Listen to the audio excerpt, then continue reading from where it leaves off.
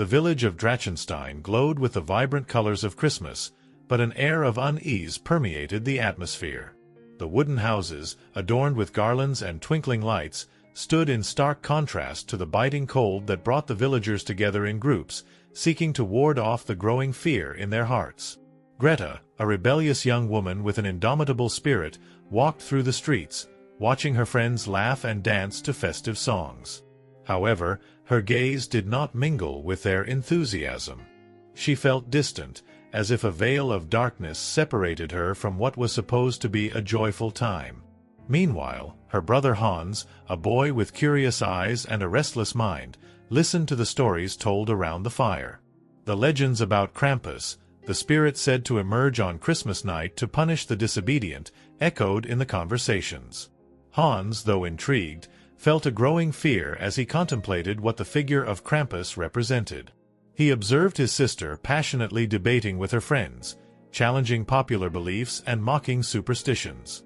To Greta, it was all a farce to control children, but to Hans, the legend was intertwined with the village's identity. During the preparations for the celebration, the siblings decided to visit the village's old library, drawn by the promise of discovery. The smell of aged paper and dust enveloped them as they crossed the threshold.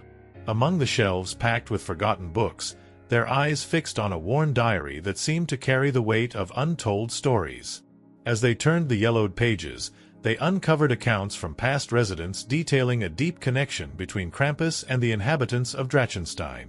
The figure, which once seemed like a mere symbol of terror, began to reveal itself as something more complex, a reflection of the village's own imperfections. As day turned to night, the atmosphere grew increasingly tense. The celebration began to take shape in the central square, where lights gleamed like stars in the darkness.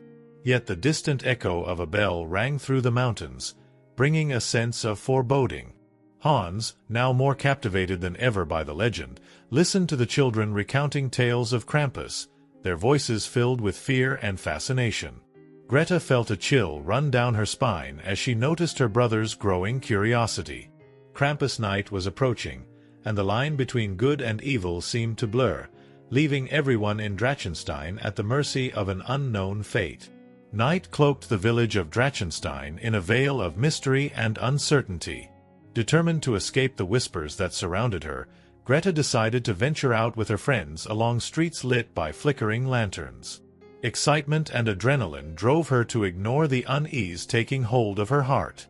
While they danced and laughed, Hans felt increasingly out of place. His mind wandered, immersed in the stories he had heard and the revelations from the diary he had found. Curiosity pushed him to drift away from the group, searching for answers that seemed to echo in the depths of the forest. Hans ventured into the forest, where the darkness grew more oppressive with every step. The tall trees seemed to whisper ancient secrets, and the wind carried a biting chill that raised goosebumps on his skin. He believed that if he pressed on, he might uncover something about Krampus, a truth that, in some way, would free him from his doubts and fears. However, as he wandered further, he failed to notice the loneliness creeping in, turning into a threatening presence around him. As he delved deeper into the darkness, a shadowy figure appeared in the distance. Hans froze, his heart pounding.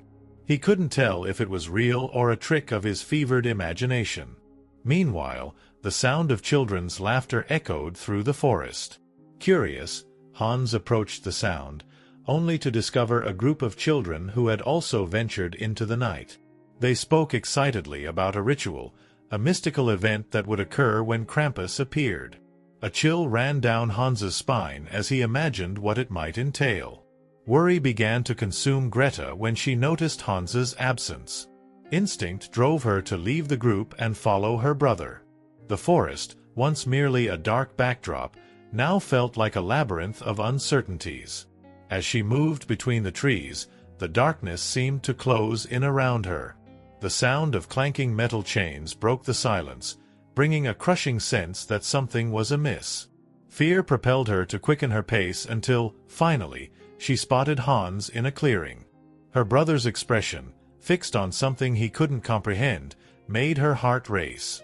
The atmosphere was heavy, and a shiver ran through her body. Greta approached Hans, but before she could voice her concern, a deafening sound of chains echoed throughout the forest. The air turned icy, and the sense that they were not alone settled between them. Greta's eyes widened as she felt that the legend of Krampus might not just be a story but a palpable reality about to unfold before them. The siblings, hiding behind a tree, watched with bated breath the terrifying figure of Krampus. He moved with an unusual grace, as if there were a macabre dance between him and the darkness of the forest. His chains rattled menacingly, echoing through the cold night air, while his piercing gaze seemed to pierce the souls of the children frozen in fear before him. The environment was steeped in a deadly silence, broken only by the sound of chains and the faint rustle of leaves. Greta squeezed Hans's hand, feeling the tension vibrate between them, the adrenaline making her heart race.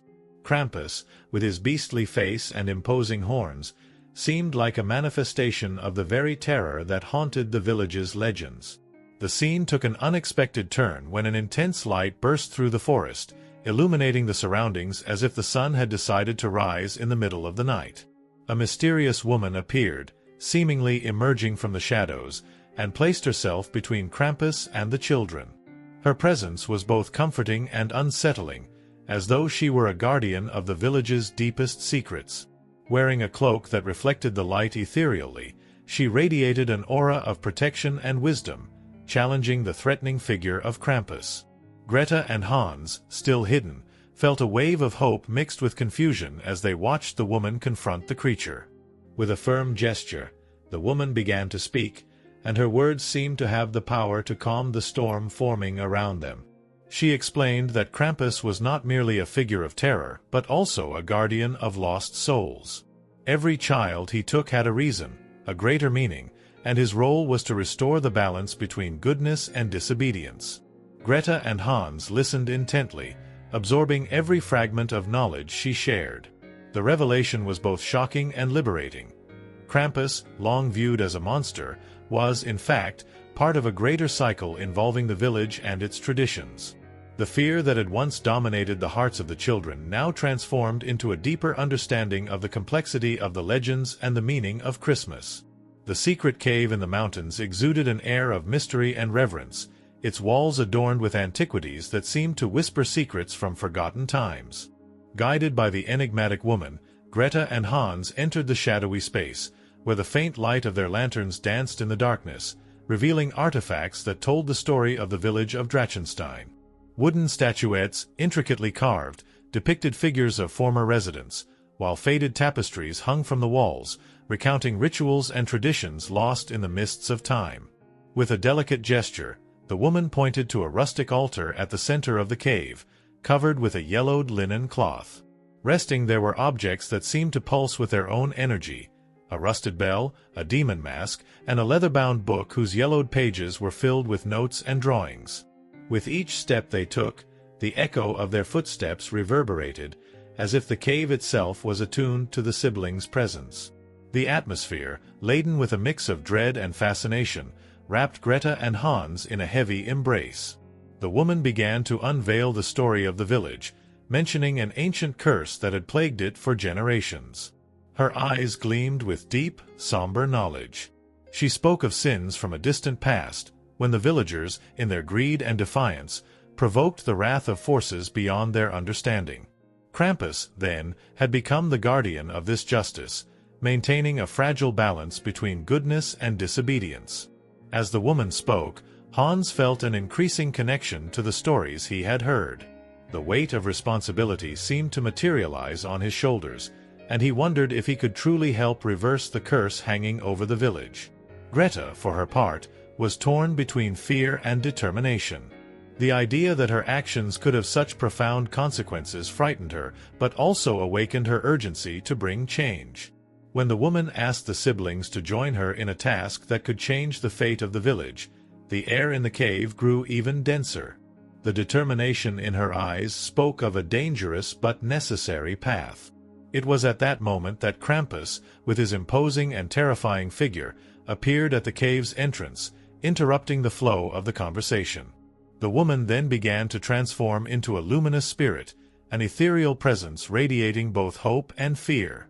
The atmosphere became electrically charged, as if the cave walls were about to collapse under the weight of the revelations. The woman, now in her spiritual form, locked eyes with Greta and Hans, transmitting a silent message. The true battle between light and darkness was about to begin. They realized that the choice they had to make would not only affect their lives, but also the fate of the entire village. The future of Drachenstein hung in the balance, and the responsibility rested on their shoulders, while Krampus waited, silent and vigilant, at the cave's entrance. Krampus, shrouded in his chains and shadows, looked directly at Greta, his penetrating and seductive gaze fixed on her. He moved with an aura of power that defied logic, as if the very space around him bent in reverence. The atmosphere was laden with a tangible weight, and Greta felt the cold of the night penetrate her bones, even wrapped in her cloak. He began to show her visions, images that danced before her eyes like shadows projected on a wall. They revealed the village children, scenes of laughter that transformed into disturbing silences, showing the anguished faces of those who had disappeared over the years, leaving a void that had never been filled. On the other side, Hans fought against the fear threatening to overwhelm him. His heart pounded, and he struggled to maintain reason amidst the emotional turmoil. The visions Krampus displayed seemed so real, so vivid, and he felt a connection to each of the children he somehow knew. Greta, noticing her brother's anguish, looked toward him and saw the determination in his eyes, a reflection of her own desire to change. She, the rebel, began to understand that her actions had repercussions, that there was weight in the choices they made. United by understanding and the need to act, the siblings decided they could not allow the cycle of pain and suffering to continue. With a newfound purpose, they prepared to perform a ritual that could appease Krampus, an act of courage that might finally restore peace to the village. Ancient words echoed in their minds, and they stood side by side, ready to confront not only Krampus but also the dark legacy hanging over Drachenstein. As they began to recite the ritual, a shadow approached, obscuring the light emanating from them. The treacherous presence lingered in the air, revealing that not all the villagers shared the desire to break the curse. Fear returned to take hold, and the future of the village seemed more uncertain than ever. The atmosphere in the cave was heavy, filled with tension and revelations. The shadow that manifested before Greta and Hans belonged to an elder from the village, whose presence was imposing and menacing. He moved with a determination that made his purpose clear, to prevent the siblings from completing the ritual that could break Krampus's curse. His eyes shone with an intensity that reflected both the pain of a forgotten past and loyalty to a tradition he considered sacred. He spoke fervently, claiming that Krampus was the only protection against the true monsters that inhabited the village, those who hid behind smiles and good intentions. Krampus, observing from a respectful distance, appeared more a tragic figure than a mere demon. His presence carried a deep love for the village, a love that made him both protector and pursuer. He was not merely a being of darkness. There was an intrinsic bond between him and the community, a tie that transcended fear. The chains he dragged sounded like a song of warning, reverberating through the cave walls and making Greta and Hans's hearts race. The siblings, determined to confront the villager, questioned his intentions. The ensuing struggle was not merely physical but a battle of ideals and identities. Greta, with her rebellious nature, became more aware of what was at stake, while Hans, filled with newfound understanding, began to grasp his role in the story. The confrontation revealed not only the hidden truths of the village but also secrets intertwined with their own lives. Amid the turmoil, an even deeper truth emerged. Hans was, in fact, a descendant of the cursed village's first inhabitants, and Krampus, in his dark essence, was there to protect him. This revelation struck like a powerful blow, challenging everything the siblings believed they knew about themselves and the legend that permeated the village. The dilemma was palpable. Hans faced a choice: to follow the path of Krampus, which promised mystical protection, or to break free from a cycle of fear and despair that had persisted for generations. Tension hung thick in the air as Krampus drew closer, his imposing presence foreshadowing the resolution of the confrontation.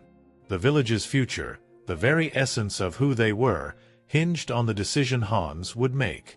The echo of chains mingled with the sound of racing hearts, as the community's fate and the truth about Krampus intertwined in a climax that would change everything forever.